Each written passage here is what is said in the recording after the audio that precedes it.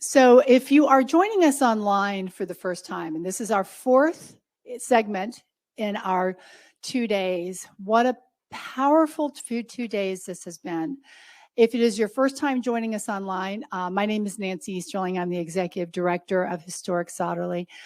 And this Common Ground Symposium has been a blessing to all of us. There have been so many wonderful things that have come from this, I think, for all of us in our hearts as we've been listening to this.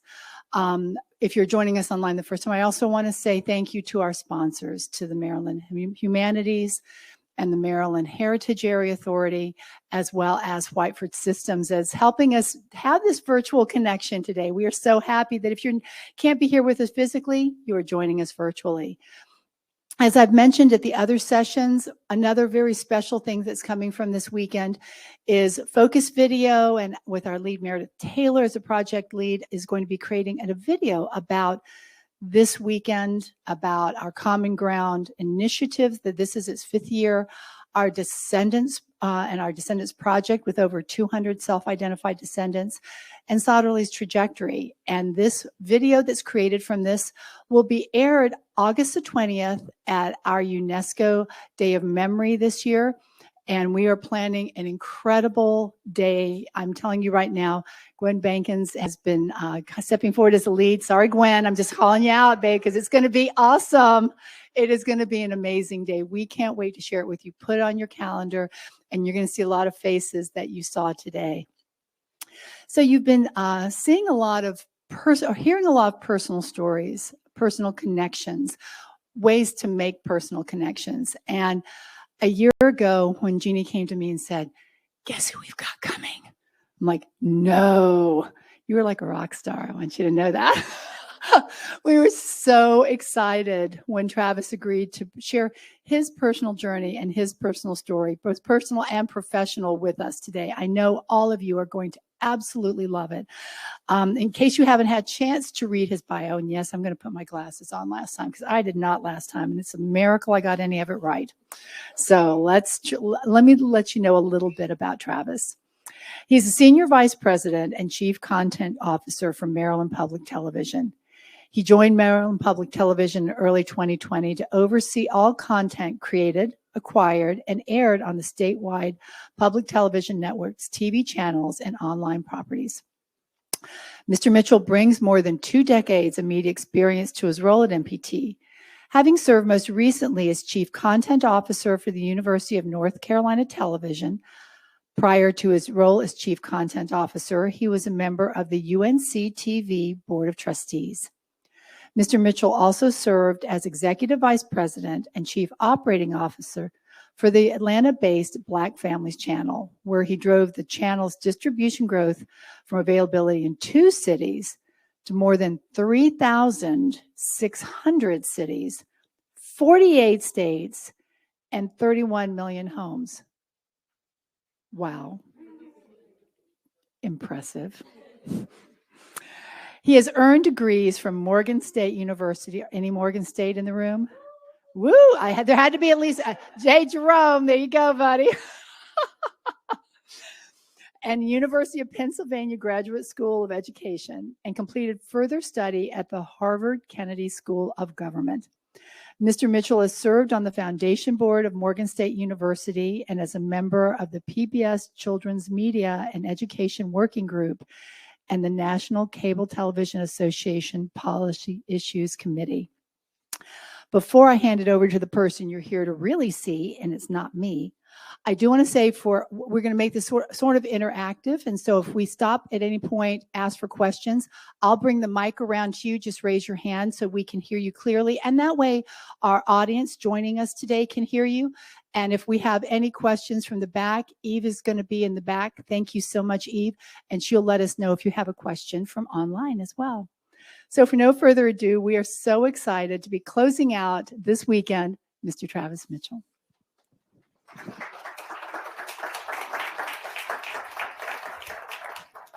Thank you, Nancy. I want to thank Jean and Mrs. Taliaferro, who I got a chance to meet. A year ago, I got a phone call inviting me to come, and immediately I said yes.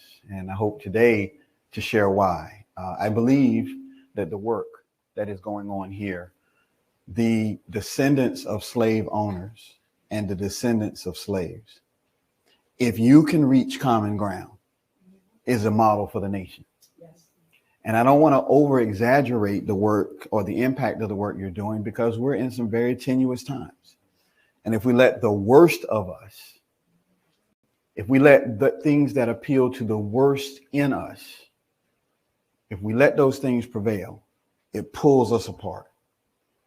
But if we seek common ground, it truly, truly gets us back to the promise and the potential that we can only say resides in these United States of America. We truly can be the freest nation on the planet if we achieve common ground. So in determining what I would say today, I'm going to tell you a little bit about myself, and I'm going to tell you about my journey to where I got to this particular point, how I arrived at this particular point. In order to do that, I'll just tell you a little bit more about myself. From Raleigh, North Carolina. I am, and since I'm in Maryland, if I were in North Carolina and giving this presentation, I said nothing could be finer than to be in Carolina. But since I haven't figured out anything that rhymes with Maryland yet, if you got some suggestions, let me know. People who are watching online, please let us know in the chat if you've got some rhymes for me.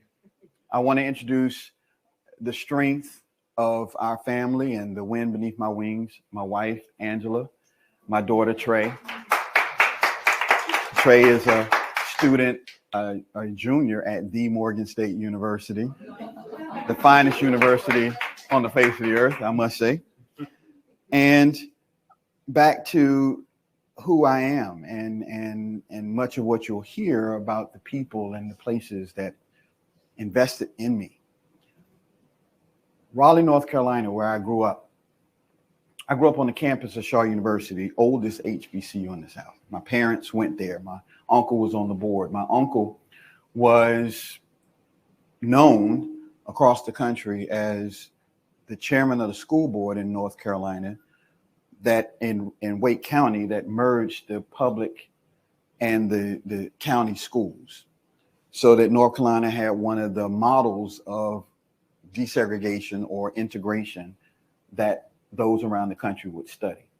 And I was a product of the first class that was bused in North Carolina. So I've kind of lived with these issues of equity and lived with these issues of fairness and lived with these issues of social justice my whole life. And I'll come back to talk about that. But something happened for me a few years back. After I left Raleigh in high school and graduated, I was a basketball player and an honor student. My mother was a principal, an educator, so you had to know how to bounce a ball, but you better know how to read a book. Yeah. Or there was no bouncing of a ball. And she instilled some things in me that helped me understand that you are the fruit of the tree that is produced by seeds planted long ago. My mother was a fierce advocate for students who were underserved. In fact, I've given several commencement addresses over the last several years, and the title of my commencement addresses always is, I'm gonna tell you what Mama said. Mama would never let anyone overlook the potential in any child. Wouldn't let any child be boxed in by the words of others. And so that kind of fierce determination to be all that you were created to be, I got from my mother. When I left Raleigh as a basketball player and an honor student, and I came to the Morgan State University, my father was a basketball coach at Shaw University, Delaware State University. I just knew that my life was going to be in athletics. True story. I didn't want people to know in the neighborhood that I was an honor student. I didn't want to know my GPA. I wanted them to know my points per game and my assists per game. So just because there are those who are watching online and those here, and I know I'm among researchers and you all scare me, I'll tell you right now, you intimidate me because I know you will look up every aspect of my story. So I'm just telling you right now, if you Google me and Morgan State University basketball, you will not find any assists per game or points per game. In fact, I can tell you now that my GPA was higher than my assists per game or my points per game. Not very hard to do when this might be 0.0, but that's okay. That's another story. I want to help us kind of unpack the importance of what you're doing again through my personal story, because when I got to Morgan, I didn't know what I could be. I knew what I had a potential to be. But somehow things happen in life that kind of put you on a different path. The ball stopped bouncing. I ended up redshirting, staying out of basketball for the first time in my life. And then I bumped into my career as a journalist by volunteering for the student newspaper. Great, right? Only problem is Morgan hadn't published a student newspaper in 7 years. But there's something about adversity that pulls the best out of us. And so the fact that we didn't publish a student newspaper didn't stop me. Me and several of the students banded together, and we had a vision to relaunch The Spokesman, which my daughter is now the managing editor of 30 plus years later. But it had been defunct. So again, when there's a power, when there's common ground, when there's agreement that you can do anything, there's a seed that is planted that's going to produce a future harvest that you cannot even imagine who will benefit from that harvest.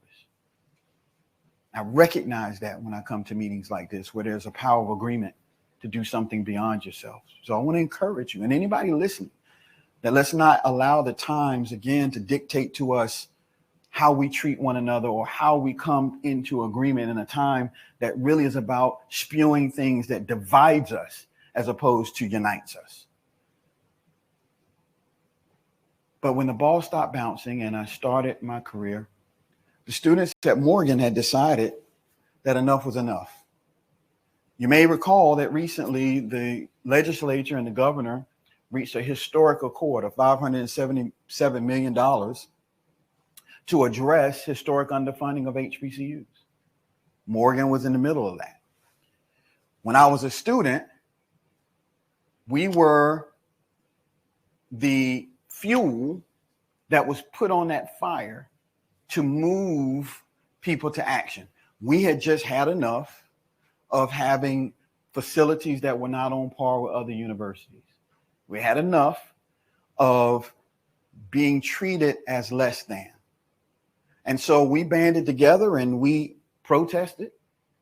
We sat in the administration building, and this was not a protest against our administration. This was a protest, a statement that we were making against the state of Maryland. And if you look in the history books, maybe that you may not see it, but in little footnotes in articles and news reports, our battle was with William Donald Schaefer and the Schaefer administration, because it was on his watch. Now, we as students, we don't play partisan politics. We as students just know that we want to see change now. We don't want to kick the can down the road. We wanted a better future for our children. And so the time was now. Make a long story short, we protested for 7 days. We did a sit-in at Morgan's campus. It was the largest organized campus sit-in in Morgan's history. We took bus caravans down to Annapolis. All of my love, peace, and happiness I want to give to Morgan. We spoke for what was right. We had the courage of our convictions, and we gave birth to our aspirational goals by what we said and what we believed. After some time, the negotiations became protracted. We went on a hunger strike. After we agreed on a moratorium of the protest and we gave the campus back to our president, we shared with the governor that if he did not honor his word, we'd be back. Several weeks later, myself and 4 other students decided we're going to walk to Annapolis because the governor hasn't moved. So I called a press conference. We got on the campus of Truth Hall, with the front of Truth Hall, And we had trash bags on because it was raining. I was 19. Took advantage of the opportunity to tell the governor, Mr. Governor, because you have not honored your word, you have trashed it. And we're going to return your trash to you this day. And we started walking. Now, this is the first time in history I'm going to tell this story. There's people watching live, so let me tell you something. I'm from North Carolina. I told everybody I was from Raleigh, North Carolina, right? I didn't know where Annapolis was. When I went to Annapolis, we were on a bus. We get 13 miles down the road. I'm feeling pretty good. I'm walking pretty strong. I'm singing all the civil rights songs. Then I see a sign that says Annapolis, 28 more miles. I think that's when we began to call on the name of the Lord. But it was a life-changing experience. The other stories that have never come to light, I was 19 years old. I was the face of this movement. If you look it up online, you won't see gray hair. You'll see a high top fade with a couple of parts. I thought it was pretty slick. But what you cannot imagine is how much hate mail I got. And because we're in a place for common ground, let me tell you my truth. I got hate mail from the Klan saying, if we see you in Annapolis, we're going to blow your head off, monkey. I'm 19. From the more radical factions in the community, in the Black community, I was called an Uncle Tom and a sellout. And threats were lobbied against me that bodily harm would be inflicted upon me. I'm 19 years old. All I care about is my university being on equal footing. But when you are destined to change something, it comes with a price. The sacrifice that you make to achieve this common ground initiative comes with a price. Some people know it's a price, sacrifice of time, resources. Maybe it's just a sacrifice of giving a damn that you care enough to say no more. That's what's in me. That's how I arrived at this junction in life where I left Morgan full of belief that I could accomplish things and wherever I would go, whether that's a channel called the Black Family Channel. It used to be the NBC network. How many of you know of Evander Holyfield? Heard of him and heard of Marlon Jackson, the Jackson family? These guys want to start a network that was for families, for our community. And I believe we had a little ballroom boxing on the network, my friend. I think we did acquire that series. But the reality is, how are you going to accomplish these goals and you don't have the backing of a corporate giant? I just believe if you believe in yourself strong enough and you have a vision, that you cannot be denied. Because you're the only one that can stop your own destiny. But if you take a step toward your destiny, you can manifest your future. Amen. And so this is what I was stepping into. A process that I realized in my life that everywhere that I went and there was a job assignment, it was always fraught with the little guy going against the big guy, David versus Goliath. But I just believed. It's done so much. We were in Atlanta and we wanted to come back home to North Carolina. I wanted our daughter to be raised with my parents. And we came back to North Carolina, and then I decided maybe I can follow in her footsteps. I was a little burned out from media. Since I was 27 years old, I've been an executive vice president or a chief operating officer, launching something or doing something. But this belief now was looking to help kids. And so there was a national organization called Communities in Schools.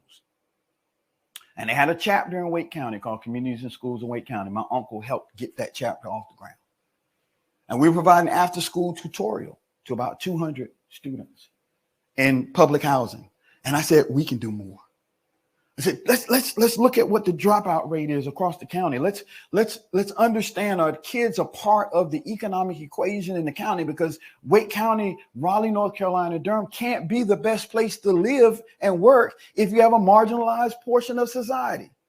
If you develop the raw talents of these kids that live here, you're developing future taxpayers. You're developing future wage earners. You are filling the job void by developing the resources in your community. This was a message meant for me to communicate to the stakeholders of my community. I just believed. 7 years later, we had gone from 300 students to serving over 3,000 students, getting students opportunities within STEM careers. But what was the fire that was burning in me? Make a difference. So why do I give you that backdrop? Because my life changed with all of that in me when I went to Ghana. And this picture that you see here, there are hundreds, if not thousands, of what's called slave castles. I'm going to debunk that term. It's not a slave castle, it's a slave dungeon. This is called the point of no return.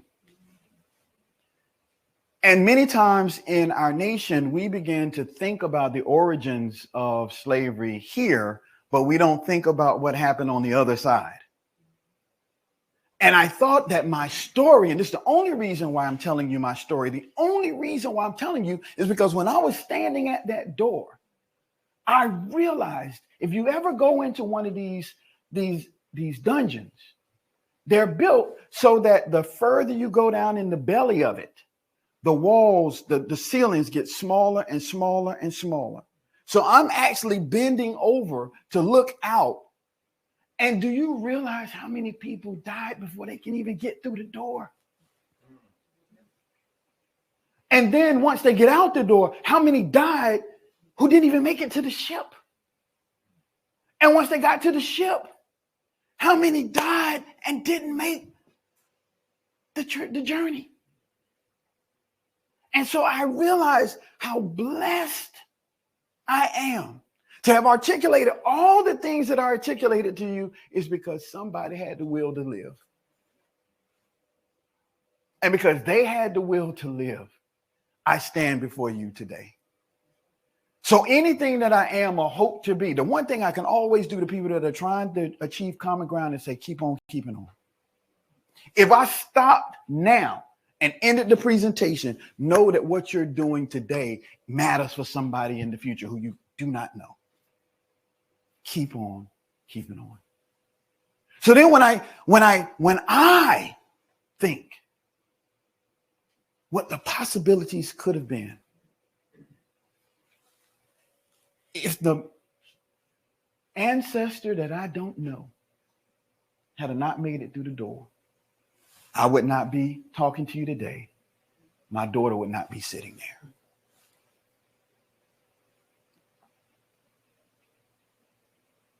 So I began my discussion today with my journey, but our destination. Let's go to the next slide. I want you to hear my words, my first person account when we're right outside the slave dungeon. I began this journey wondering how this visit would impact me. My first visit to a slave castle on the soil of my forefathers. What I can say is that my life has been changed. What I'll leave with you is I freely entered this way, and I freely can leave this way, and they could not. Next slide. I began this journey wondering how this visit would impact me. My first visit to a slave castle on the soil of my forefathers. What I can say is that my life has been changed. What I'll leave with you is I freely entered this way, and I freely can leave this way, and they could not. Let's go to the next slide, please. So, I freely came here. I will freely leave here. Those who were the descendants of the slave owners did not have that luxury. Maryland has a unique history in slavery, however, because many who were enslaved could see their freedom. They could rub elbows with freedom. They could integrate with free people, but they themselves often never tasted freedom. So in this time where we find ourselves in our nation, becoming the one given the opportunity to lead the content of Maryland Public Television in this critical juncture in our nation. Gatherings like this are important because our mission statement is to enrich lives and strengthen communities through the power of media. In the aftermath of George Floyd, Maryland Public Television, under the leadership of our CEO, Larry Unger, we commissioned a group of internal and external people around the community to say, how can we stand against racism? How can we use the public airwaves to foster unity through dialogue? If you can't talk to one another, you can't understand one another. And if there is no understanding, if there is no knowledge, there can be no common ground. So this is the type of gathering where I'd love to be.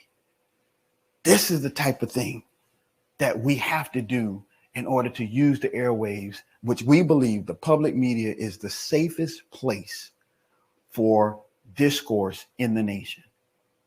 We believe that when other media outlets have sought clickbait and sought the things that would get us riled up, public media perhaps is that place where we can achieve common ground and have a common goal.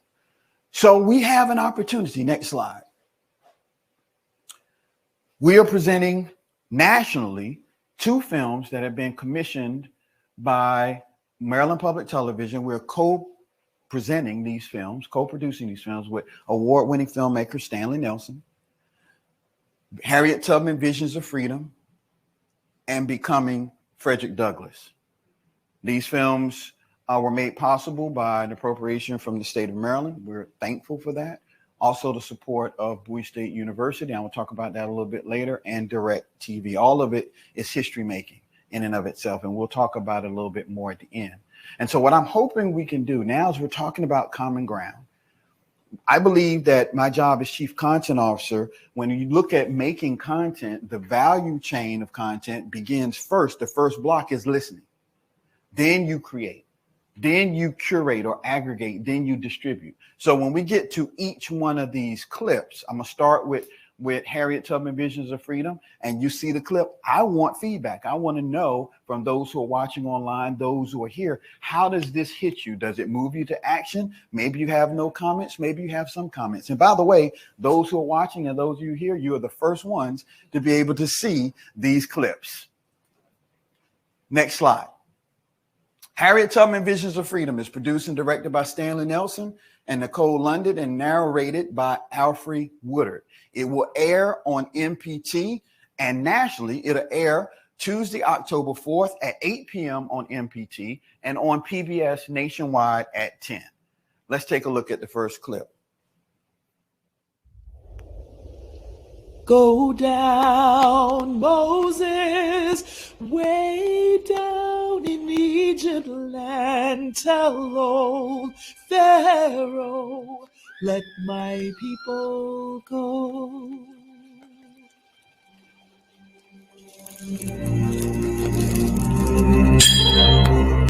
She would hear voices, she would hear singing, she would see fire burning, or she would hear water rushing. She would have very, very vivid dreams of her flying over fields as a free woman. God's time is always near. He set the North Star in the heavens. He gave me the strength in my limbs. He meant I should be free.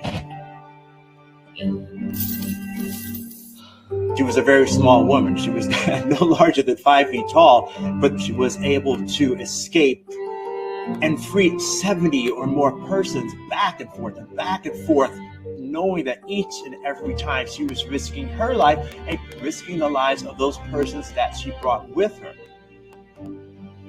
Harriet Tubman is famous as a conductor on the Underground Railroad, but she was also a leading abolitionist, a friend of some of the most powerful men and women, reformers and radicals of her day, a suffragette, a spy, a scout. She was a Civil War soldier. One of the things that Harriet believed in is that God didn't mean for anybody to be a slave. Freedom should be universal. It should be universal.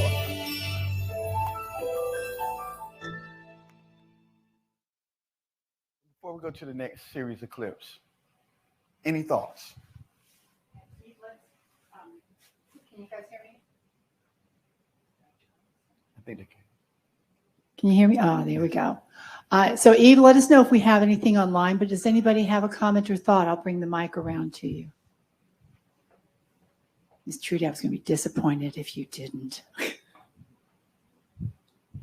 Powerful, visionary. And I think the theme of joining forces with others who have power is really an important theme to carry forward. Can't do this on your own. Yeah. Gotta have folk who are going to go with you and guide you through the process. Thank you. Thank you. Well, we're seeing partnerships with organizations like this as a way for us to continue this work and what we come up with these films. There are so many iconic stories. The stories about this place and what you're doing. The stories about the descendants from this place. As we heard from our presentation earlier, our nation is rich with stories of overcoming, stories of common ground, stories of collaboration. I want to make sure that we use these platforms for the public airwaves to tell more stories that people can be edified by and be inspired by, as opposed to being pulled down by the negativity that we consume today. Yes, ma'am. Wow. It stirred my spirit. When they were singing Go Down Moses, Let My People Go, and just being here, thinking of the 48, 49 that self-emancipated, that had the courage to leave, thinking of the journey of Harriet Tubman, knowing that she was so small and knowing that one person can make a difference because she tried. The plethora of things that she was to so many. The fact that we can celebrate that 200 years later and that we can be a trailblazer as well as what I experienced from the trailer. Yes, thank you. Thank you. I'll be right back.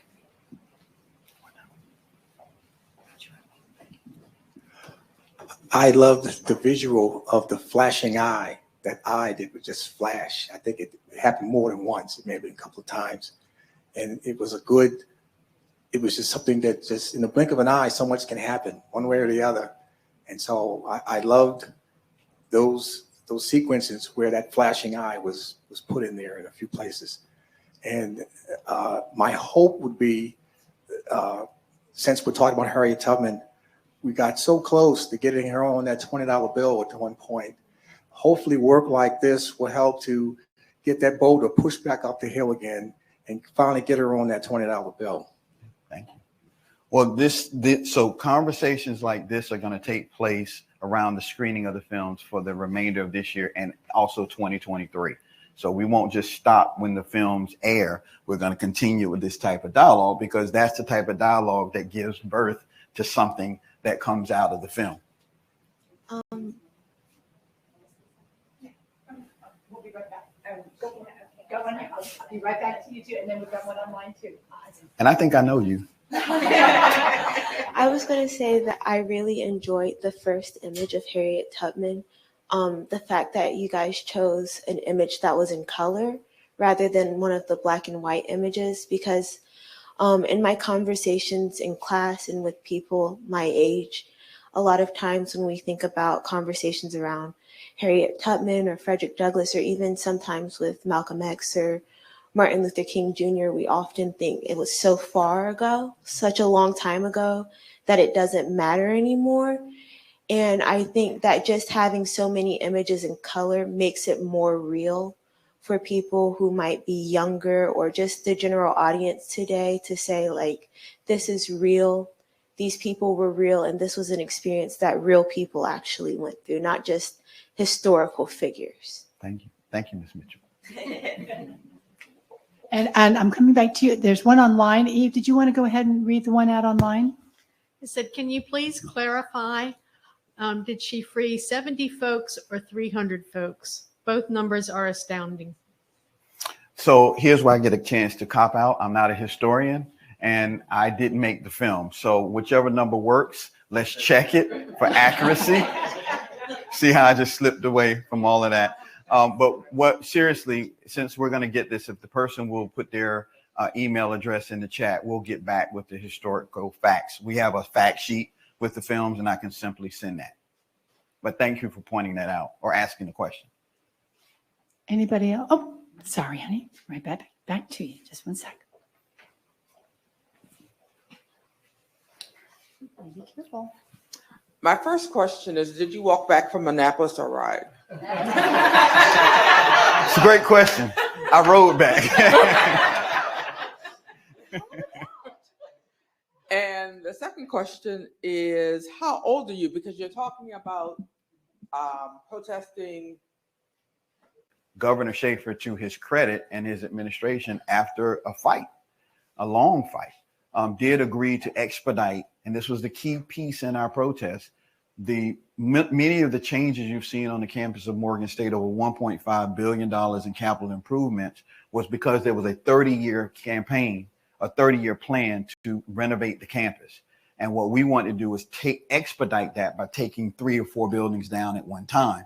So to his credit, he not only said he would do what he promised, but he did fund those early campaigns. And then every administration after that supported the growth of Morgan State University. So I wanted to cap in that story.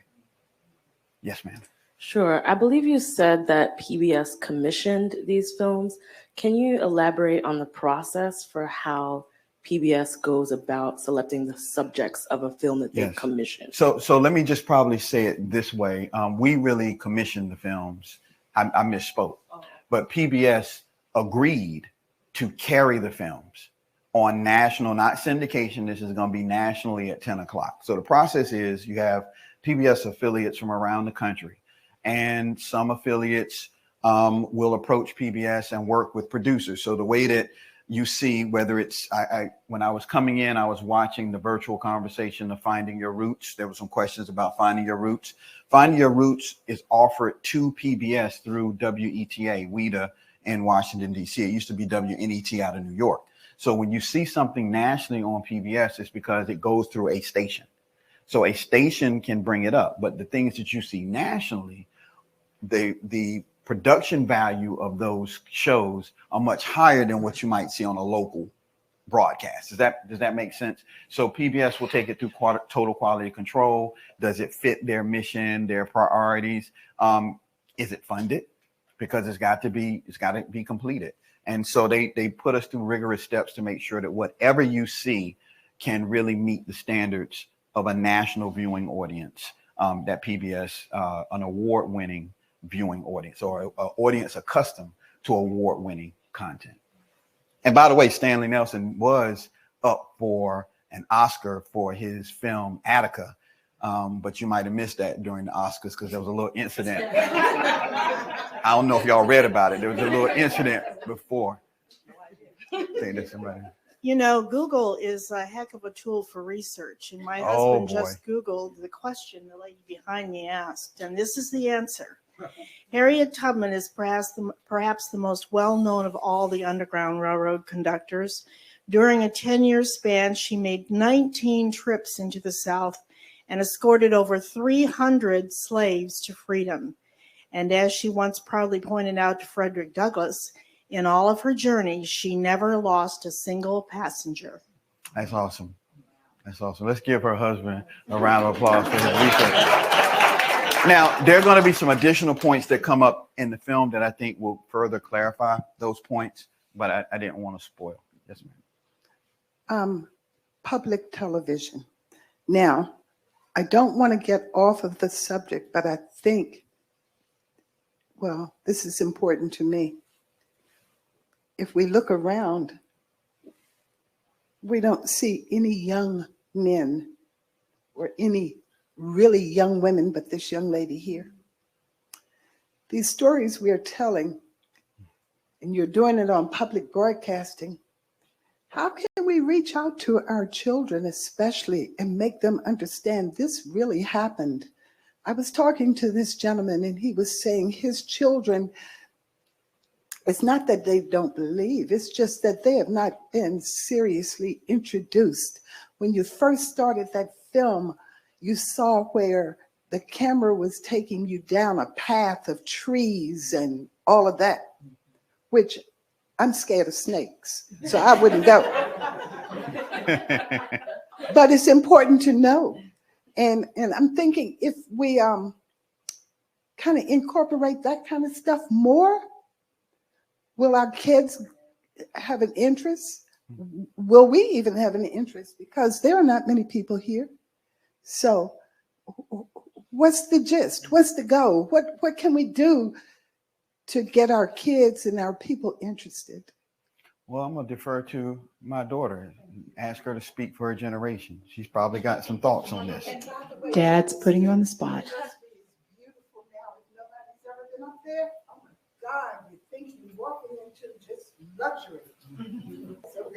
In case y'all didn't hear what she said the campus of Morgan State University is beautiful. Is that what you just make sure? Go ahead, Trey. Well, I can't really speak for my entire generation. I feel like for me, I'm more likely to watch MPT because of you and because I'm also a journalist. But just in general, I would say that a lot of the issue with my generation is not that, again, that we're not interested. It's just a lot of us don't watch cable television, which is part of the really hard part of public TV.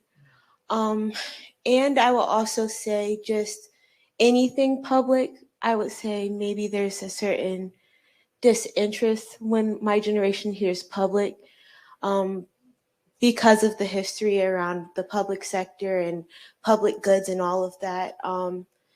So I guess I would just say try to make it more accessible via social media or streaming access, something like that.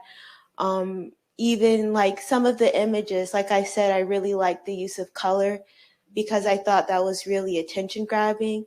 And stuff like this, I know that a lot of university students, when we know about things like this, we're more likely to come. It's just we're not in the network of people who might know when those things are happening. Thank you. Thank you. So as we go to the next person with the next question, let me tell you a couple of things that are happening.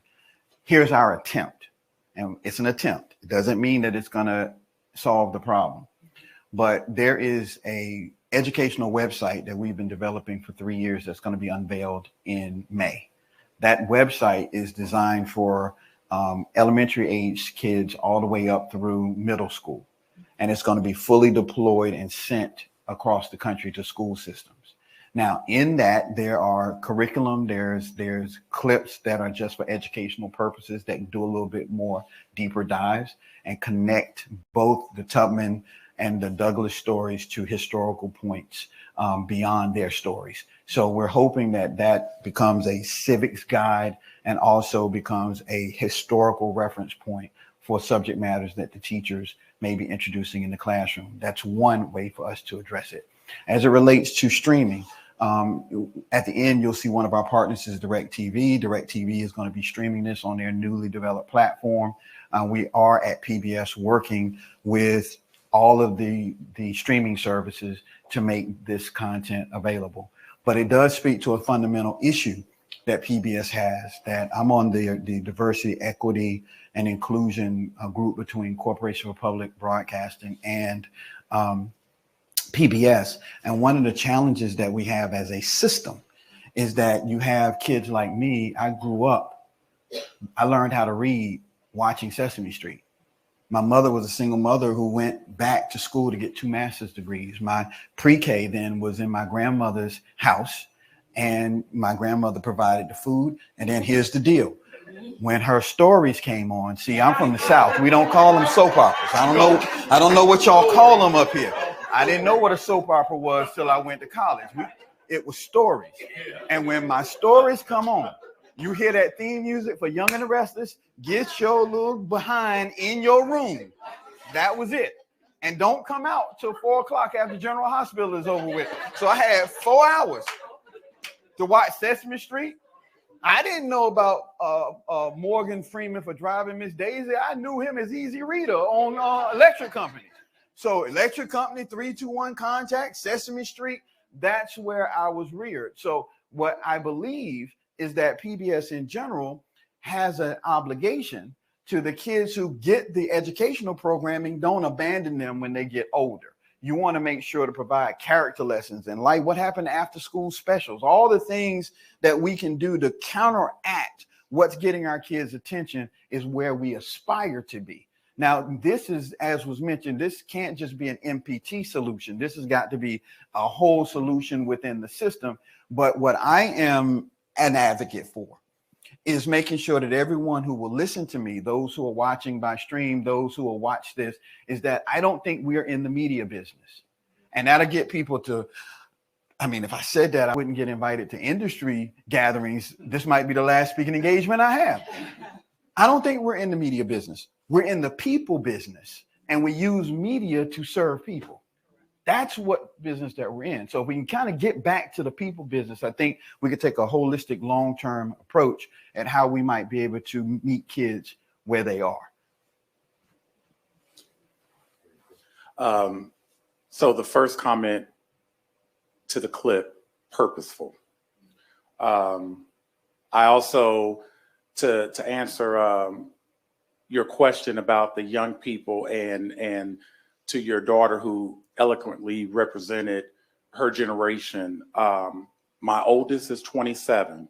My youngest is 9 out of my 9 children. And I have 3 grands. So I look at it from that angle. One of the things we recently talked about on a Descendants call here at Solderly is what are ways we can reach the younger people? And I have, my oldest is 27, my youngest is 9.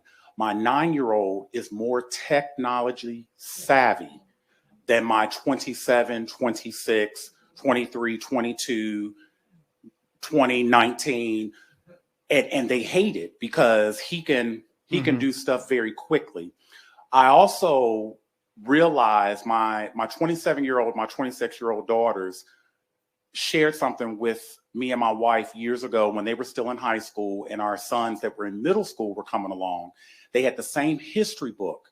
However, my daughters who were in high school said their history book is different than our history book. It was the same publisher, the same cover, everything. They had the same teachers, but the content had changed. And I would not have known that if I didn't have the various representation of generations within my own household, even though my children are their generation because they're my children, but the age differences and the gaps between them, they represent different generations of young people that are exposed to different levels, whether it's media, technology, gadgets. And I think it's very important, and we brought it up on our Solderly Descendants call of how can we reach the younger people through technology, but then also how do we keep it relevant because of that, what's in the public, what's not in the public. What was in my history book is not in the history book of the education systems today. It is different. It is different. And I think this presentation and the work that you're doing, and then as you just stated, getting back to the business of people, utilizing media as a means to do so. If we focus on the people, I think we will get there. It's a journey, but it's going to take a shift in our mindset of how we approach it and capitalize on the technology and the media aspect of it. Thank you. You very well said, but you're also my hero. 9 to 27 and 3 grandkids. Man, after I finish, I got a hug waiting for you. So how are we on time? What's our time? We are still doing well. We have an hour and 5. So we'll have this one comment. We have an hour and 5 left? Okay.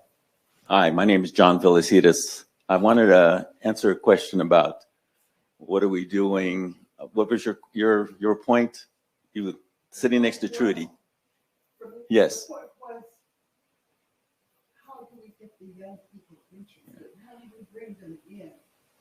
Well, I'm a retired teacher. I started teaching elementary school in 1975. So, and one of the things I was just talking to this young lady here next to me, I brought my, we were talking about ginger. I'm half Filipino, half Mexican. And a lot of the cultural things that were in my home, I brought to my classroom. I had my mother, who was Mexican, make tamales, make tortillas in my classroom. My kids were like, oh my God, this is real. This is real stuff. I had my father do the Filipino dancing in my classroom. And I think the attitude, I did home conferencing, and I had students talk about what they were doing in my classroom. We don't do those things anymore in schools, and I agree. But I still work with the school system, the 2 school systems here. What I'm hearing from the teachers is they're really, the system, whoever they are, the system are frown when teachers do things that are not part of the curriculum. Yeah. And many of the teachers tell me they're afraid to step out into the gray area, which is what I think your daughter probably, and the folks, my son is 37 years old, but I was in his classroom when he was 8 years old. And I think the part that we forget is that we need to make it starts with us. Like a lot of us here are attending this, and I love your presentation. But then when I know I'm going to go home and talk about it, but is everybody else going to talk about it and share it? Because it's going to start with you and it ends with you. Just on a personal note, my brother passed away. We were 13 months apart. He finished his high school degree. I went on to get my master's. We had our careers. We both did a different way. He worked with gangs in schools. I worked with not gangs, but I did mentor students. And we were really doing the same thing, but in different ways. And I think that's the part where it starts with us. And I appreciate, you going there to the point of no return. Those are the things that I think that we just need to make sure that what we saw here, what this subtlety is doing, we let other people know. I mean, I try to advocate for what we're doing, what this plantation or historical subtlety is doing. And I just think it starts with us. So thank you. Thank you. And condolences on your loss. I lost my father at the beginning of this year from complications with COVID. And one of the things that I realized, to your point, and this is where public media can be very effective. If you think about traditional media, it's always echoing or amplifying the voices of people who are established or approved or extreme. But the voices that are muted are the sensible voices that have solutions for every community, that are talking about stuff at the kitchen table. A single mother may have a solution for the economic downturn in her community, but there's no outlet for her voice. And so when we give people a sense of agency to realize that your voice matters and we need to hear from you, we need to turn this thing upside down so you're hearing from people and not hearing from those who want to influence the people. Now, that's just me speaking because of what I saw. The change that I saw was because my mother and father invited people over who were going down wrong paths, and they felt trusted at the kitchen table where you weren't coming to be talked down to, you were coming to eat. And if I'm going to feed you, then I have an opportunity to talk to you. And I think that's going back to people. That's how we make this world a better place. neighbor to neighbor, learning conflict resolution. Our students need to understand when they see these films, they need to understand. You'll see later on, I'm leaking ahead, but the notion that Harriet Tubman was just running to freedom is not right. Harriet Tubman had to strategically build relationships with people that she needed to help her. How in the world you think she kept coming back and would get unnoticed? She was a master at disguises. But I'm leaking ahead. You're going to see that in the clips. I think we have another question here. Just a response to Ms. Blackson's question about the youth. The one thing that I found out in working with youth groups is it has to be relational. They're microwave. They're not crock pot. They have to experience it. And let's take the Marvel movies. You know, I never knew what 4D was till this one over here and another one of the kids. It's like, I'm like, 4D movie is only 3D. But when you can experience it, you know, it makes a difference. So the movement in the movies, that's something you walk away with. So in order to get them, we might have to go, like I said yesterday, TikTok, Snapchat, you know, Instagram. You're going to have to go where they are to get them in. You can go deeper, but you got to get them in. You got to get them in. You know, you got to get them in first. You know, once you get them in and you get their curiosity up and you get them to experience a little bit, just like the Marvel movies. What they show you in the trailer is about an hour in the movie. You know, It's not right at the beginning. But if you want to get their attention, relate and keep it short. And you said relevant. We're going to go to the next clip. So a couple of things. I'm going to move us rapid fire through the clips because I want y'all to see all the clips, and we'll stop for commentary and comments just like we're doing. Remember, I said our goal is to facilitate unity through dialogue. So we don't have to talk about the film. The fact that you're talking about other things, all it takes is one idea to change the world. I want to make a point about kids real quick. My mother tried to serve me liver when I was a kid. She can fry it. She can put some extra batter on it. She can put some hot sauce on it. I'm not eating it. Never ate it. Give me another food that I never ate until it became relevant to me. Beets. Growing up in the South, there was always beets and cabbage on Sundays. I never, ever ate the beets. Get them things off my plate. I eat beets now because it helps with high blood pressure. So the reality is, once something becomes relevant, if it had been prior introduced, you got to let them find it to the place where when they need it, it's readily available. Okay, so let's go to the next series of clips. Go down, Moses, way down in Egypt land, tell old Pharaoh, let my people go.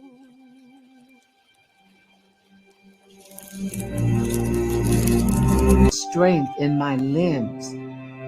He meant I should be free. She was a very small woman. She was no larger than 5 feet tall, but she was able to escape and free 70 or more persons back and forth, knowing that each and every time she was risking her life and risking the lives of those persons that she brought with her.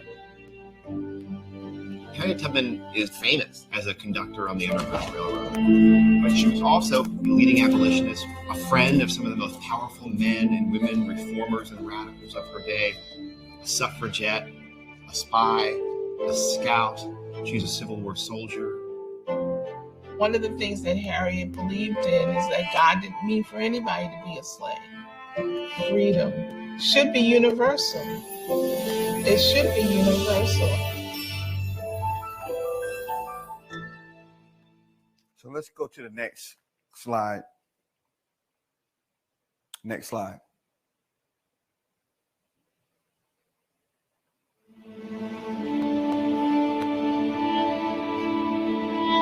In the eastern shore of Maryland, Dorchester County is where I was born.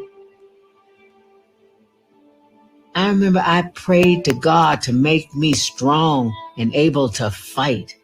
And that's what I've prayed for ever since.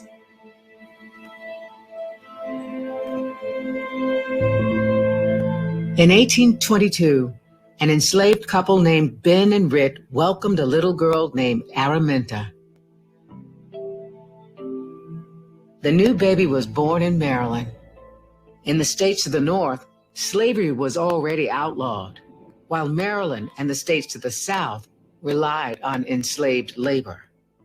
Maryland was in transition in the 19th century, and more specifically on the eastern shore of Maryland, where enslavers typically had smaller plots of land, smaller numbers of enslaved people working their farms. It really created a different kind of economy, one that required many enslavers to rent out the people they called their property. Harriet Tubman, by the time she's 5, 6 years old, she becomes caught up in that web of being hired out.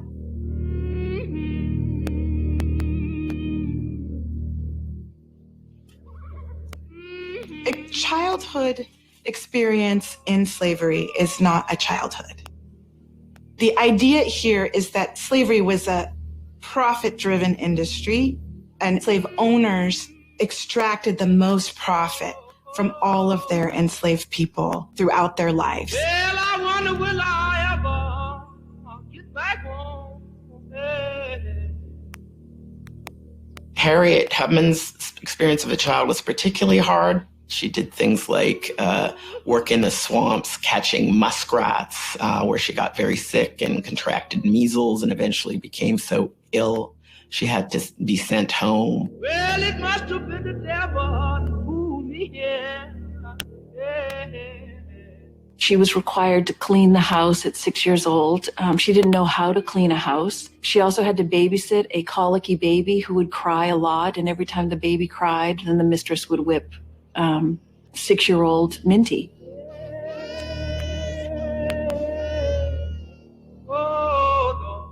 Life indoors can be dangerous. You know, this whole business about people in the house having privilege. People in the house are exposed to the slaveholder constantly. When Tubman talks about being with these white women who are enslaving her, it's the wrath and the violence of these women that are visiting upon this child. Well, we certainly have myths of white mistresses being the kind slave owner, or, aren't as cruel as their husbands. In truth, oftentimes, women were just as cruel, if not more so. They identified with their husbands. They identified with white supremacy, with white men, and they had the access which allowed for a greater kind of intimate cruelty on a day-to-day basis. It's a lot to digest. So let's pause here for a moment for any reflections or comments, online or in person.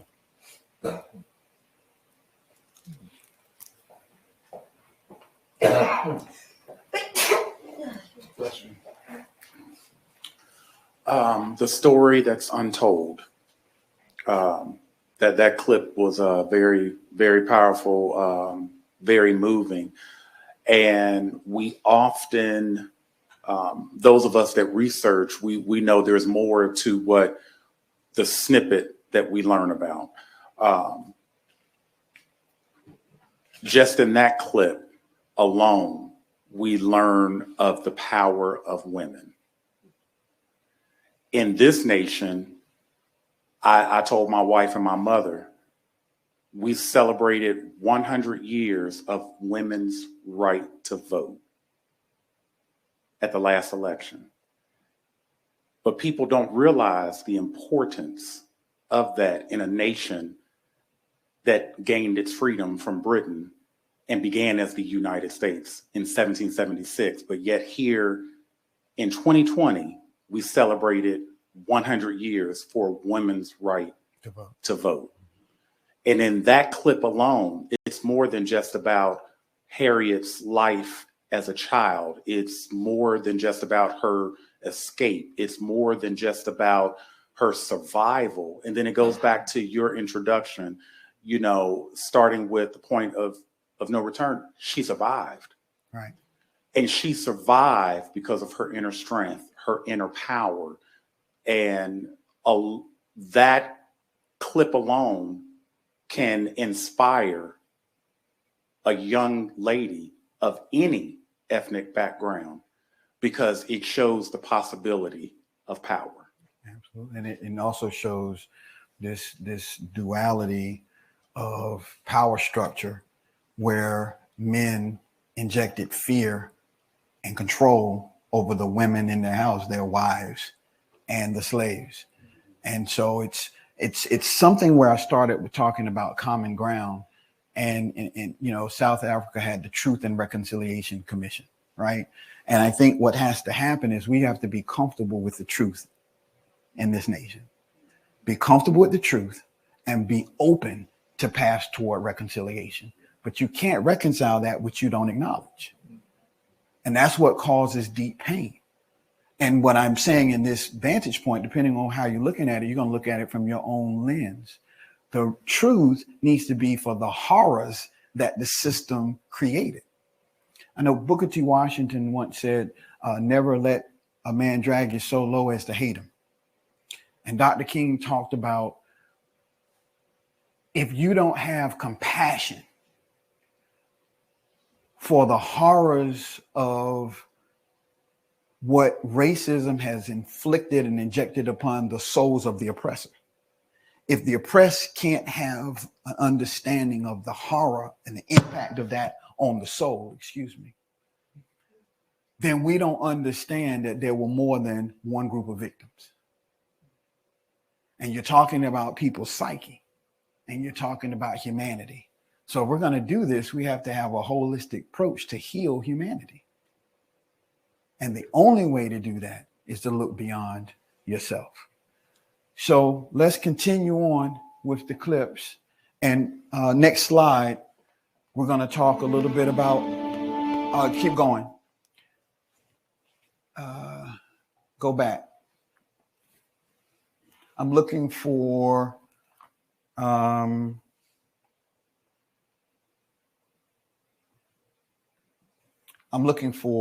yeah, here. So let's stop here for a second. So in this next slide, we're going to see some of the horrors that Harriet suffered that gave rise to the legend of Harriet Tubman. But one of the things we have to think of as we have these hard conversations is what causes you to inflict pain upon another human being is you first have to see that person as not being human.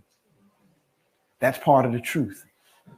And if we never really deal with that, we can't understand the implications for today. Because if you realize what's keeping us apart is that we look at each other through the prism of whatever differentiates us as a negative, race or class or gender or economic status. And we dehumanize the people that we're looking to inflict pain upon or punishment upon.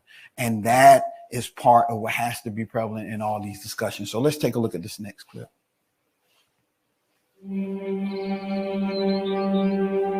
When Minty Ross was about 13, she paid a visit to a store in Bucktown, Maryland, one she had likely entered countless times before.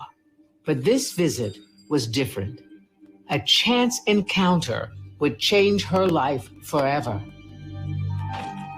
So she was in a general store when an enslaved boy runs in, being chased by his owner or overseer, and she's being asked to hold on to him. She refuses to do it. The overseer is so furious, he picks up a heavy metal weight and he hurls it in the direction of the enslaved man who's run. But it connects with Araminta's head. It literally fractures her skull. They carried me to the house all bleeding and fainting.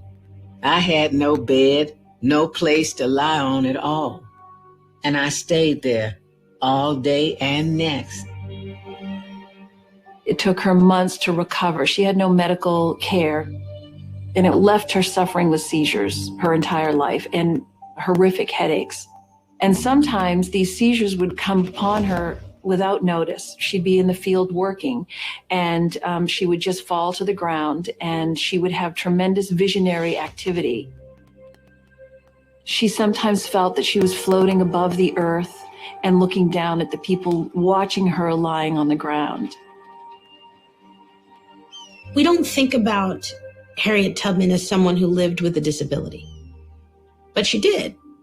She sometimes referred to them as sleeping spells, and it was during these sort of moments of either semi or unconsciousness that she would see things that she understood as signposts from her God. The visionary side of Harriet Tubman conflated with the intense religiosity of the time and place, so that her visions had a religious dimension and she interpreted them as religious. As soon as Minty regained her health, her owner, Edward Brodus, hired her out again. But as she got older, Minty saw a way to use Brodus's greed to her advantage. She offered to pay him a yearly fee for the privilege of hiring herself out to masters of her own choosing. And her world started to open. She worked in the house and then in their fields, and they were merchants and shipbuilders, and so they sent her to the docks, and she would load and unload things from the ships coming into port. And she became very, very strong. Eventually, she was allowed to work in the forest with her father, who was an expert lumberjack, timber foreman, and ship carpenter. And she became even stronger and more capable. She wasn't just in one locality, but moving around from place to place. It wouldn't have been shocking to see Harriet Tubman on the roads in Dorchester County. And she knew the landscape because of her travels. She's a woman who's outside. The watermen that she may be interacting with from the Chesapeake watermen are very knowledgeable, worldly people. They carry the information because they're on the information highway, which is the waters. So she may have gleaned quite a bit of information from these watermen.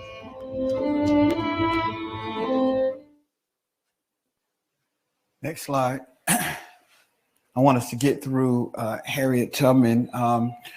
Traveling along this next clip, we're going to see her escape to the North and how she became involved in the abolitionist movement and the impact of the fugitive slave law. If you go back to the last clip, a couple of things that we talked about here. You see strategy, you see entrepreneurship, you see thinking ahead. These pieces are never brought to the forefront in the portrayals of Harriet Tubman. So she didn't just act. She didn't just react. She made sure she had a strategy in place before she activated her plan. So let's take a look at this next clip.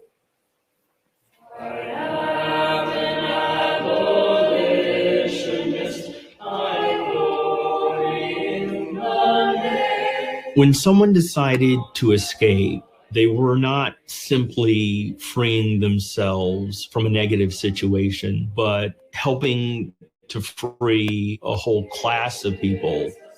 So by running, they actually became the first abolitionists. Enslaved people like Harriet Tubman were the original abolitionists. Even white abolitionists constantly refer to instances of Black resistance to slavery to argue that that is why we are abolitionists. So not only were they the first abolitionists, but they are the ones who first converted white Americans into abolition. At the time Tubman made her escape, abolitionism was gaining momentum, challenging the morality of slavery in newspapers and books, from lecterns and pulpits across the nation. Black formerly enslaved people were powerful advocates. With the passage of the Fugitive Slave Law in 1850, escaping became even more difficult. The law made it a federal crime to offer food or shelter to a runaway, and any citizen in any state, North or South, was compelled to report an alleged fugitive to the authorities. One of the great tragedies of the fugitive slave law was that it deputized everyday people to become an extension of the system of slavery.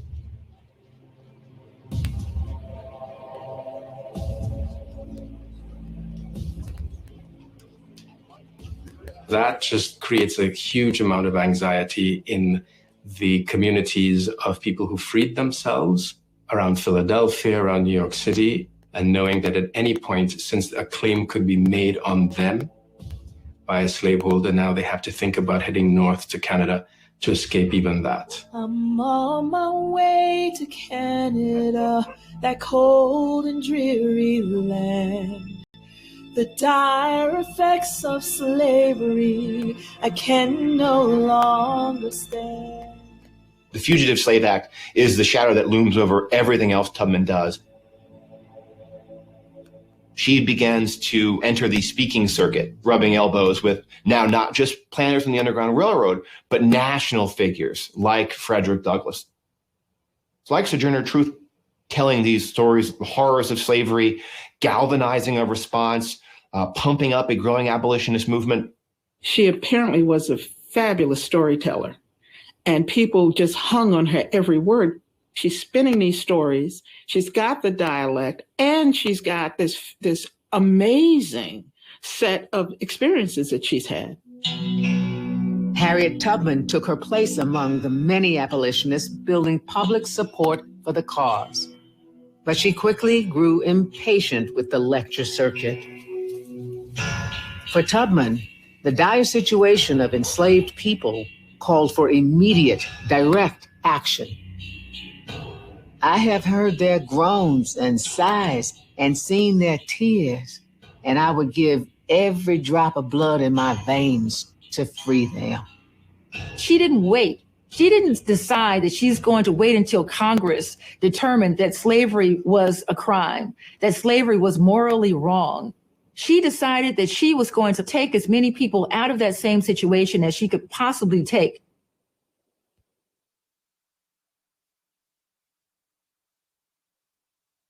Let's look at Harriet Tubman. No, you were right there. Let's look at Harriet Tubman as the other facets of her life, as a nurse, as a spy, and this other piece of her life in the Civil War that many times is not spoken of, and then the combined amount of people that she was able to free throughout all of her activities. Let's take a look.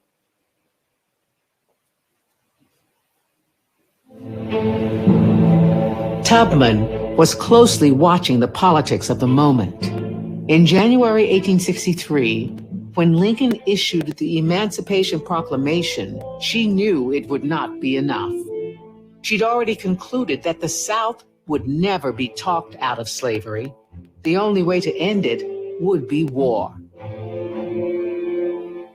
The Emancipation Proclamation only granted freedom to those enslaved people who lived in states that had seceded from the Union. But for states like Maryland, Delaware, states that were called border states, that still had slavery, but had not joined up with the Confederacy, Lincoln understood that he could not place the Emancipation Proclamation onto these border states. If he did, they would more than almost certainly jump to the Confederate side. So he strategically left these border states to hold on to their slaves while the war raged. By the time of Lincoln's proclamation, Tubman was already engaged in the war effort, lecturing, nursing wounded soldiers, and encouraging Black men to aid in the cause. But she wanted to do more. During those lecture circuits throughout New England, she had met the governor of Massachusetts, John Andrew. And when the war started, he immediately thought of Tubman and that she needed to go into the South and help the United States Army. So he made arrangements for her to go to South Carolina. At first, Tubman spent her time nursing Black soldiers and providing for the droves of ex-slaves fleeing Southern plantations for Union territory. Then she became a spy. Using knowledge gained from the newly freed people, Tubman recruited and led a team of 8 Black scouts, gathering critical intelligence for the Union Army.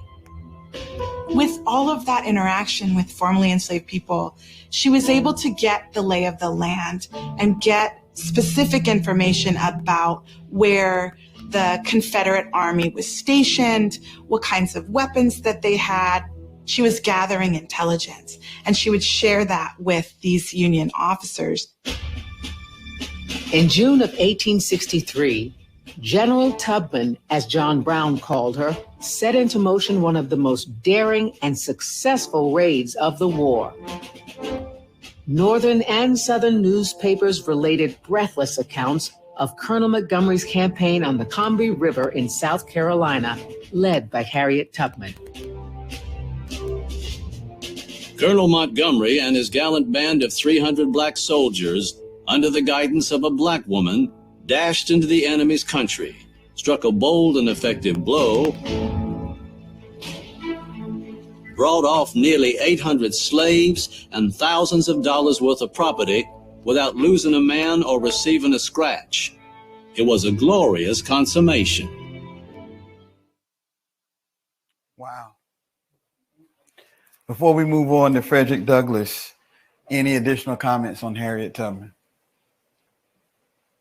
Soldier, military strategist, general, not just running. Any questions online? Comments? Nope, not a question, but just also a comment. It's interesting to consider Harriet's life as a child. I think for me, I guess I always envisioned Harriet as an adult, right? And just like your daughter pointed out, you know, the color photo forces you to reflect on who she was as a person more than a historical figure. And I think considering her childhood helps us to understand that she wasn't just born with an idea, that she evolved as a person just like everybody else. And it seems simple, but I think considering Harriet as a child will be special to the audience that sees this piece as well. Thank you. There was a question in the back before I clip. I think you had a question, ma'am, or comment? No? Okay. So I'm going to ask us to do something spontaneous right now. It's not an intermission. It's not a break, but right where you are, can you kind of stand up or stretch your legs? You don't have to stand up, stretch your legs, turn around a little bit. This is deep subject matter. I realize it's kind of weighty. I did come in the afternoon after lunch, so I see a little bit of lunch on your faces. A little heavy eyelids here. All right. So we're going to get into Fredrick Douglass. If I can see the next slide, Fredrick Douglass is Becoming Fredrick Douglass is produced again by Stanley Nelson and Nicole London and features Wendell Pierce as the voice of Douglass. Before we move forward with the clip, it will air on Tuesday, October 11th on MPT and PBS. On MPT, Maryland Public Television, we're going to air it at 8, and we will follow up with the national airing at 10. So that's Tuesday, October the 11th. Now, the interesting thing about Becoming Fredrick Douglass, this is about how he got to the point of being Fredrick Douglass. This is the backstory. And in the course of his lifetime, we know that he was the most photographed man in the country, even more than the president. And he may have been the most written about. And so let's get into the trailer, and then we're going to get into a couple of clips, and then we can conclude our open discussion.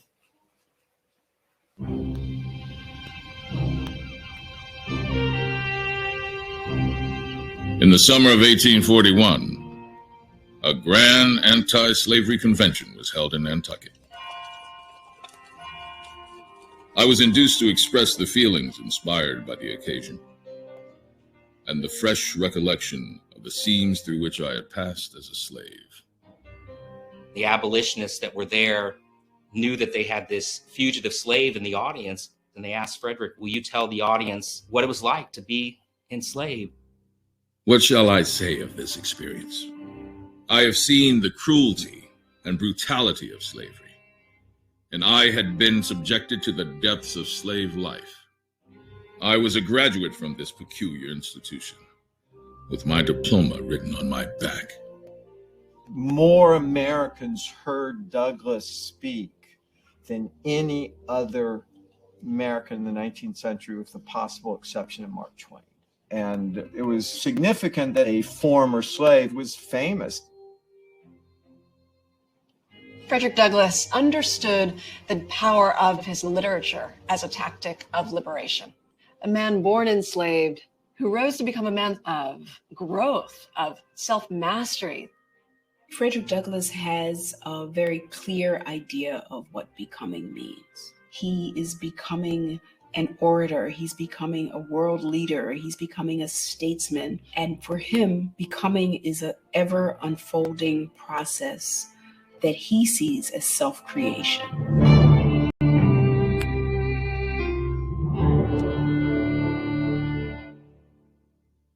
So as we go to the next slide, we're going to take a look at the young, rebellious Douglas as he is sent to the slave breaker. I mean, that's another issue we have to take a look at. Refusing to be broken. This is what really helps Fredrick Douglass be determined to become the man that he eventually becomes. Let's take a look. I'll be so glad when the sun goes down. When the sun goes down. I'll be so glad when the sun goes down. When the sun goes down. There was in the Bayside a man named Edward Covey, who enjoyed the execrated reputation of being a first-rate hand at breaking young Negroes. If at any one time of my life I was made to drink the bitterest dregs of slavery, that time was during my stay with Mr. Covey. Douglas's time with Edward Covey is a turning point in his life. He gets sent to Covey, the famed breaker of enslaved people, because he's gotten a bit of a reputation as unruly. Uncontrolled. He's been reading, he's been holding Sunday schools, he's tried to escape, he's done all of this. And so it's the last straw. We're going to finally break you. Individuals who were suspected of being potential troublemakers, they were sent to slave breakers. And his job was to get them in the habit of submitting to the demands of slavery. Mr. Covey found a particular niche in the economy for himself. That is to say, not only did he have slaves himself, but he found a niche in the sense that he was able to create a reputation for himself as being able to discipline. Douglass sees Covey's task as one of transforming him into a brute, and a brute in that context is a farm animal. It's something below human. Edward Covey would give you scantiest of allowances and clothing and work you endlessly. And the whole idea was just to break a person in body, and that would break them in spirit. I had brought my mind to a firm resolve to obey every order, however unreasonable. And if Mr. Covey should then undertake to beat me, I would defend and protect myself to the best of my ability. For those several months, Covey gave Douglass his full attention. So whenever Douglass was working in the field, Covey found some fault with his work and would harass him and shout at him and on multiple occasions beat him. After 6 months of taking these brutal beatings, Fredrick had enough. He and Covey had this epic 2-hour battle that was more of a wrestling match than a fisticuffs, because Fredrick understood that he needed to use his mind and be strategic. His intention was not to defeat and punish Covey to the greatest extent possible. It was simply to draw a line and say, if you try to come after me physically, this is what you are going to get. Covey himself was in a bit of a precarious spot. He had the reputation as the slave breaker. And so to retaliate in a way that was visible, as in I could not break Douglas, therefore I had to kill him, was against Covey's best interests. This battle with Mr. Covey was the turning point in my life as a slave. It rekindled in my breast the smoldering embers of liberty. I was nothing before. I was a man now. Some personal points of connection here. Here we see a story of how this iconic leader becomes a man, and Nelson and London focus in on this battle between the one who was meant to break him and his physical prowess to withstand and withstand that type of abuse, but then also realizing that he had more power in his mind to think strategically. And I want to speak from a standpoint just for a moment of understanding this metamorphosis that has to take place, particularly as a Black man in America.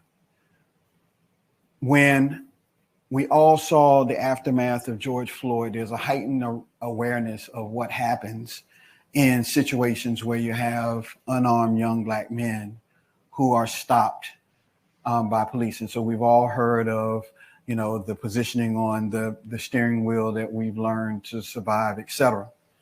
But there's also what I want to deal with deeper is the anger that's within young men that has to be dealt with. Because when I was at Morgan, I was one of those young men who was battling with that internal rage. Now, let me explain to you that there is helping young men understand what manhood is understanding that you have to not allow your emotions to cause you to do things that will take your life. Just as plain as I can make it. But without mentorship, without a guiding hand, there aren't those young men who have the insight or are given the insight necessary to learn how to deal with that. And so it becomes internalized. I'm sharing this because you're saying, but you're older now. But it doesn't mean just because I have a few more digits in my age that the same experiences don't happen. So 1 year prior to George Floyd, and I've written about this, I speak about this when I give DE&IJ conversations and talks. I'm very transparent, been very transparent with my colleagues at Maryland Public Television. At the aftermath of George Floyd, I posted something on my LinkedIn page that had over 1 million views. And I talked about how George Floyd could have very easily been me. And I share an example that 1 year prior to George Floyd, a friend of mine, he happened to be older. He was probably about 56, 57. We go for early morning prayer walks in our neighborhood. And this is when I was in North Carolina. It's right up the street from where we live, maybe a mile up the street. It's a shopping center area, Planet Fitness, and we like to walk the whole area early in the morning. We leave from Planet Fitness. In fact, my wife was working out in not Planet Fitness. Yeah, Planet Fitness. She was working out in Planet Fitness, and we went for this walk. This is 1 year before George Floyd. We're walking, as we typically did, bright orange hoodies, not on our head, bright orange reflector vests.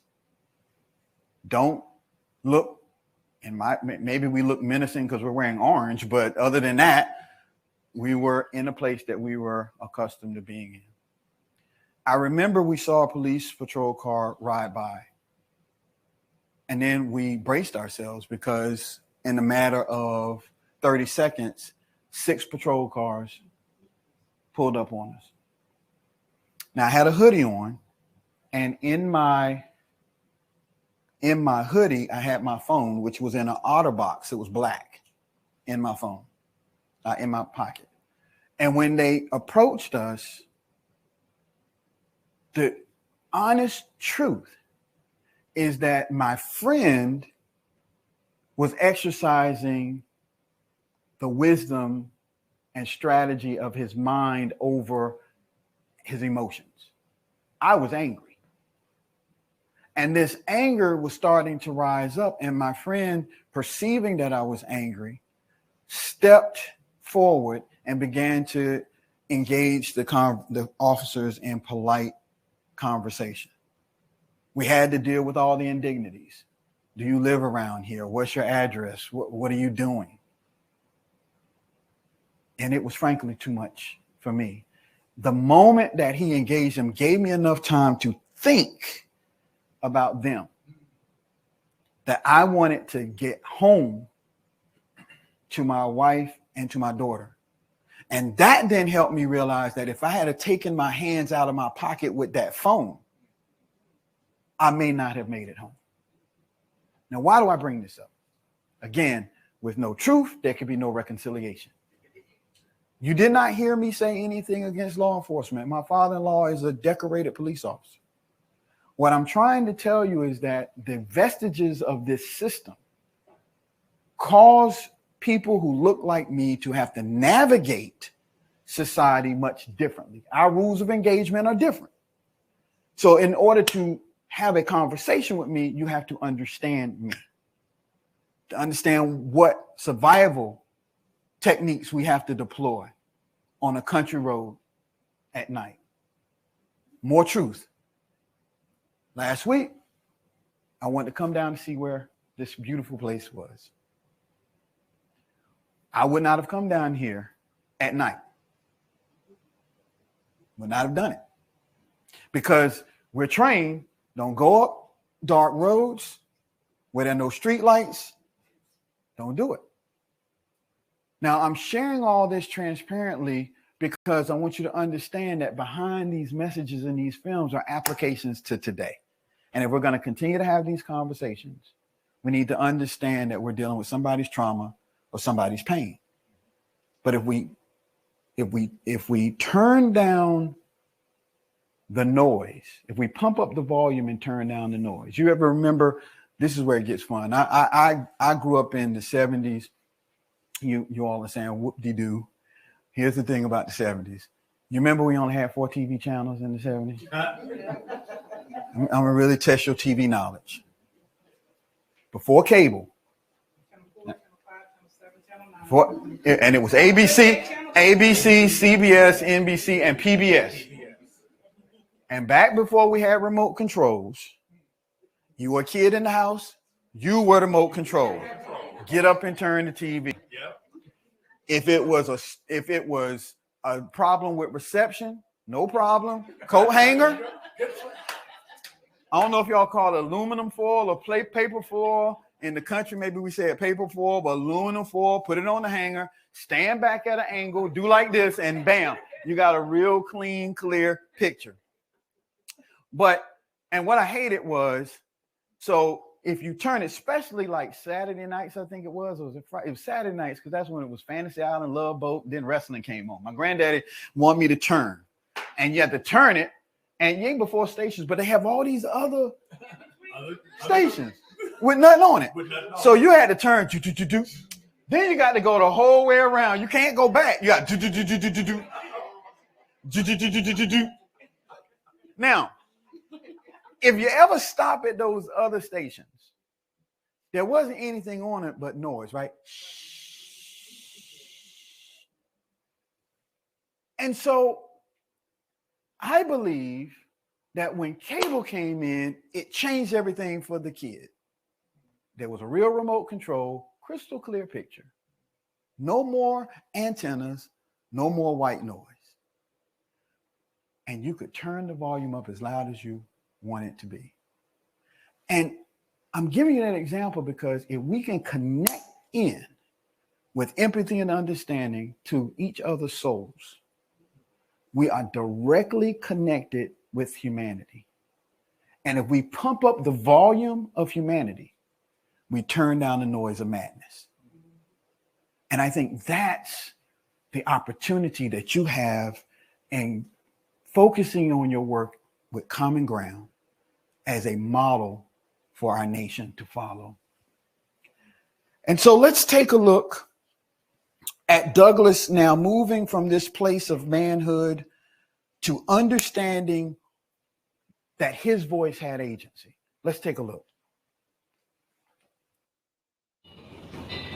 I am an abolitionist. I glory in the name, though now by slavery's minions hissed and covered o'er with shame. It is a spell of light and power, the watch. New Bedford had a lot of things going for it. For one, there was a Black community there, and Douglas became exposed to the abolitionist movement that was really hot in Massachusetts, led by William Lloyd Garrison. The noblest strife the world never saw, enslaved. William Lloyd Garrison was one of the most prominent abolitionists in the country, the editor of The Liberator, a weekly newspaper which was fervently anti-slavery and for the rights of African Americans. I love this paper and its editor. He was never loud and noisy, but calm and serene as a summer sky, and as pure. And his paper took a place in my heart second only to the Bible. Garrison was fighting for justice and he was fighting for equality. And Fredrick knew what injustice felt like. He knew what inequality felt like. That's when Fredrick really began to speak out about his enslavement. In the 19th century, oratory was a huge deal. Going to an oration, going to a debate was the equivalent of going to the movies. For the next several years, Douglas traveled throughout the North and what's now the upper Midwest, speaking out against slavery. Douglas, in a sense, was so eloquent and elegant as a speaker that some whites started to accuse him of being a fraud. People doubt that I had ever been a slave.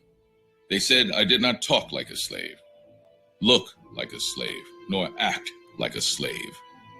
Thus, I was in a pretty fair way to be denounced as an imposter. And so in order to prove he was who he claimed to be, he wrote the narrative of the life of Fredrick Douglass, an American slave. The sort of concluding piece of the title is written by himself. Those words were really powerful and challenging to a lot of what white Americans thought was possible. It was published in 1845. It sold 4,500 copies in 3 months. He was a star. And now he had another problem. Once he publishes the narrative, he's probably the most famous Black person in the world at that point. But he, in the narrative, has outed himself as a fugitive.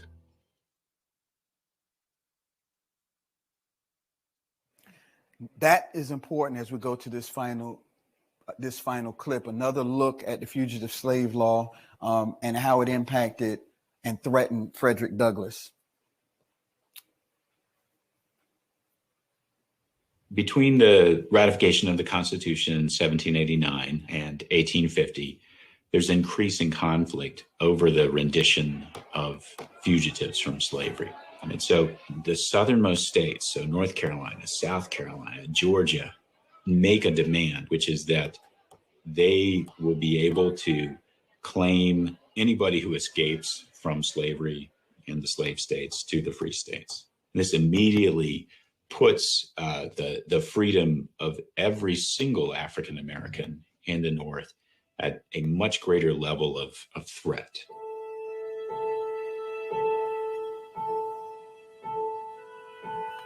The Fugitive Slave Act of 1850 was the last-ditch effort of those slaveholders who wanted to hold on to the bondage and greed of slavery.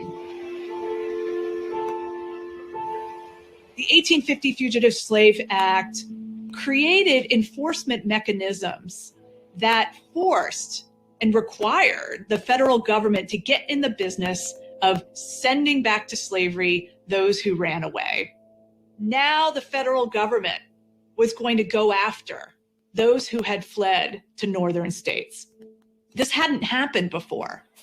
What we saw were these slaveholders who were very politically connected and very wealthy, and they lobbied the Congress to have a Fugitive Slave Act that not only meant that their escaped property would be brought back, but anyone, Black or white, involved in assisting that person to escape slavery would also have criminal consequences.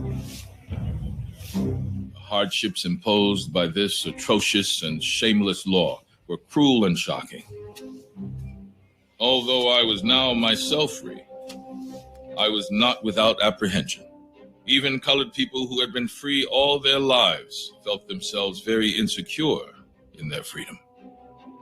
Douglas argued in 1850, in the wake of the fugitive slave law being passed, that blacks had the right to use violence to resist fugitive slave catchers. It can never be wrong for the imbruted and whip-scarred slaves or their friends to hunt, harass, and even strike down the traffickers in human flesh.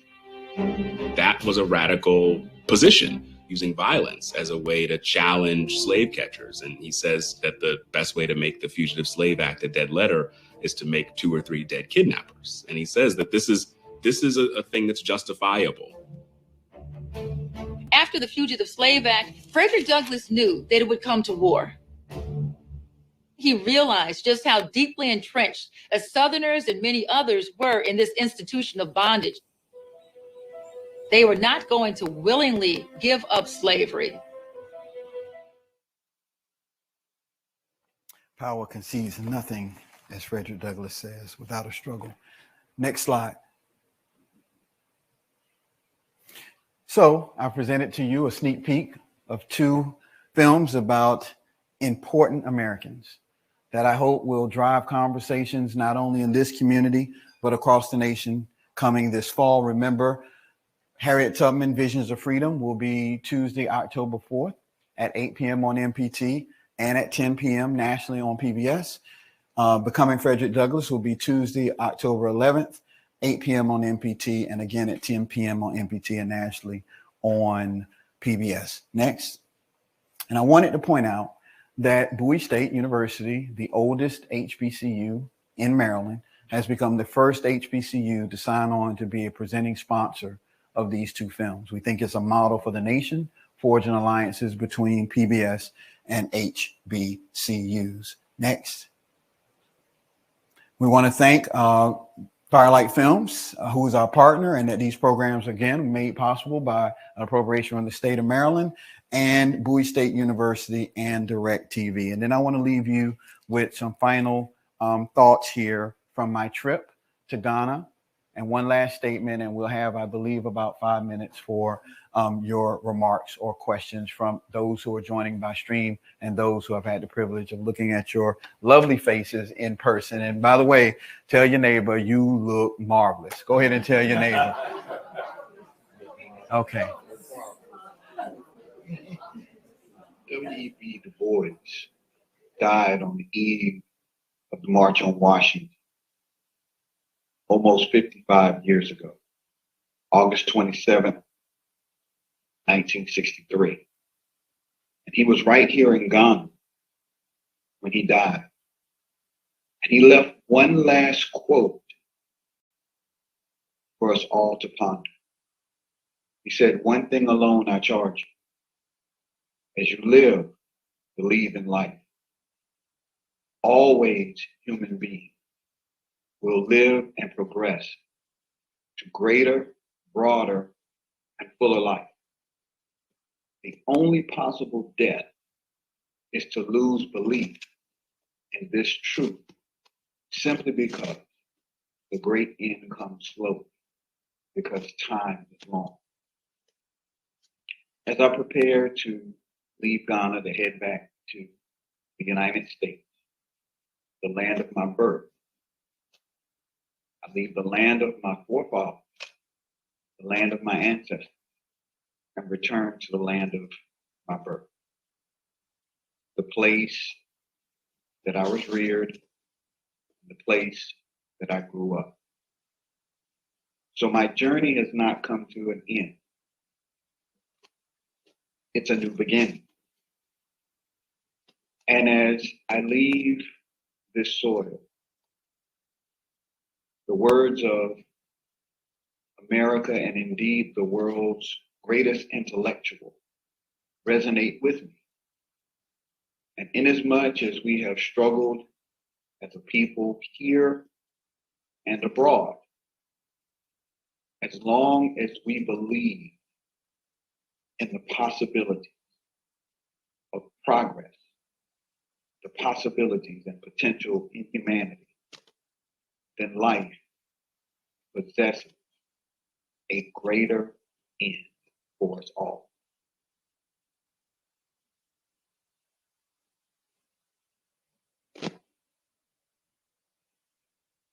And as we take questions, I'll leave you with the last slide and the words of W.E.B. Du Bois in a plaque outside the W.E.B. Du Bois Center in Ghana. And those are words that I quoted at the end. Thank you very much for giving me this time today. I really have enjoyed our dialogue and our conversation. Thank you very much. Thank you very much. Final questions or comments? Any questions or comments? I'm just coming back to you, hon.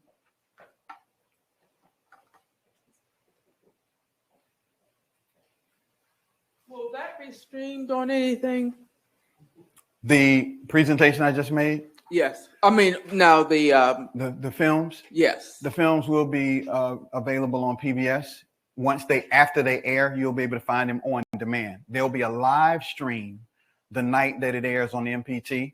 You can go to MPT. If you're in this area, you can find it on MPT's YouTube channel, the live stream. And if you're in another area, check your local PBS affiliate. If they have a YouTube channel, it'll be live streamed there as well. So is that just regular YouTube or YouTube? YouTube TV, but then it'll be available on demand on PBS's player. So any local PBS station, after it airs that first night, you want to see a repeat, you can go to your local affiliate's website and they'll direct you to the film. This is what I call must-see TV. So we're looking forward to what's coming down the road. Were you at the Cape Coast Castle, or was this the other one in Ghana? Go ahead. Elmina. Okay. So some of us here that have links to Sotterley, we have some documentation and lineage that takes us from the Cape Coast Castle to Sotterley in 1720. Wow. So even though you were at the other one, you were at one of those doorways that had links that come right back to the shores of Maryland. So that's an interesting data point to make note of. Wow. Thank you for sharing that.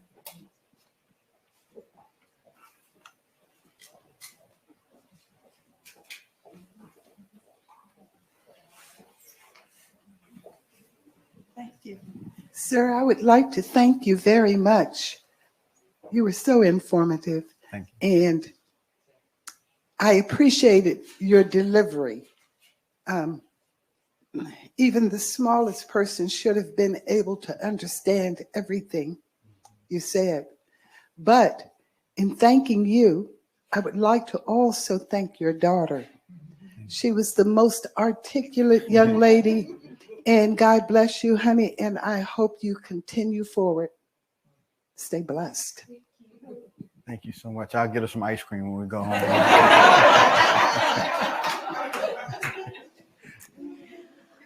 I know too well what it's like to be a second generation or have a second generation person in your family following in your footsteps.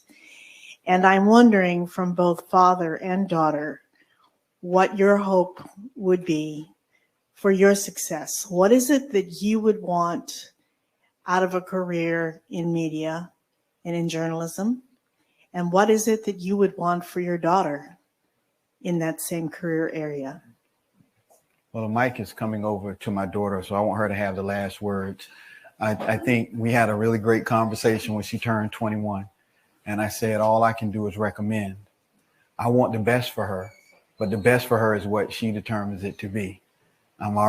She's already exceeded my wildest expectations. She's a much better student than I was ever, much better writer than I ever could imagine to be. And she's much more poised, and she's prettier than I would be handsome. So she's already exceeded our expectations, and we're very proud of her. So whatever she wants to do, we got her back. And let's give Mom some too.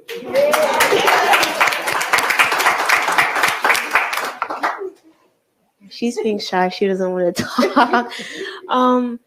But thank you for your question. I think I'm not. Oh yeah, sure. So hi, I'm Trey Mitchell.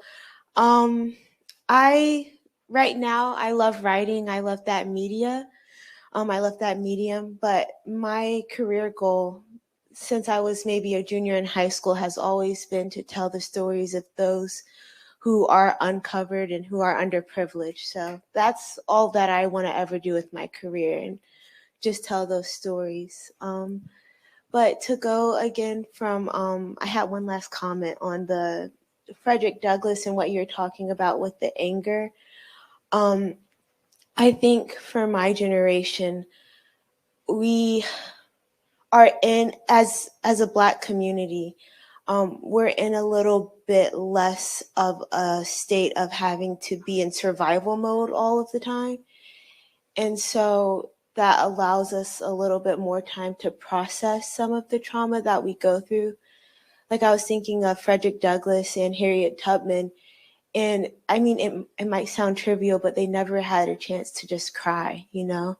They never had a chance to have that emotional release.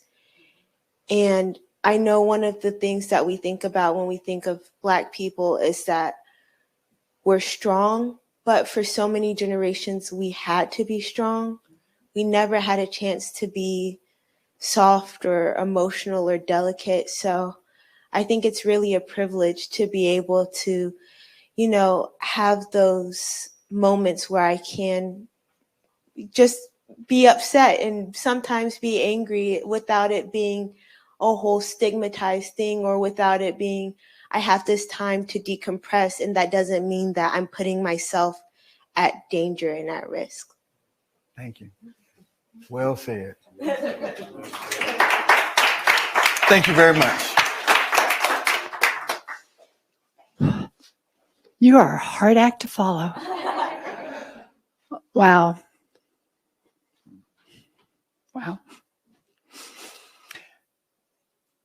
Wow.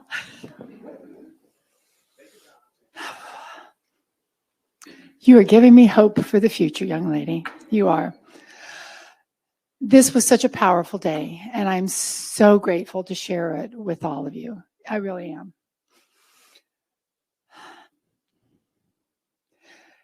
You know, by looking at the past, by these stories when we're looking at the past, as you said, it gives us relevant content for today, but without, it also makes us realize why we are where we are today. The institutions that came from this past are what we know need to be changed. And it's our coming together. And as we talked yesterday, never stopping the work. We need to continue this, continue the conversations, continue these moments, because without this, we're not going to get to where we need to be. We know there needs to be change. And with people like the ones that are here today, the ones that are joining us, we're going to get there. We just can't stop. And I cannot thank you enough for coming today. And I cannot thank you both enough for coming today. Truly, this was an incredible way to round out this weekend. We do have more wonderful presentations coming up. We have Jefferson Morley next month. We have Richard Bell coming up after that. Please, you know, if you're not a member of our Southerly family, please start following us, start joining us, become a member, become a volunteer, you might be a descendant. Don't think you're not. Come join the descendants community. Come join the people that are helping us move forward. And as you said, providing a model for how we can constructively come together and have these conversations, can recognize the difficulties of the past, but we can move forward together. Thank you all so much. God bless.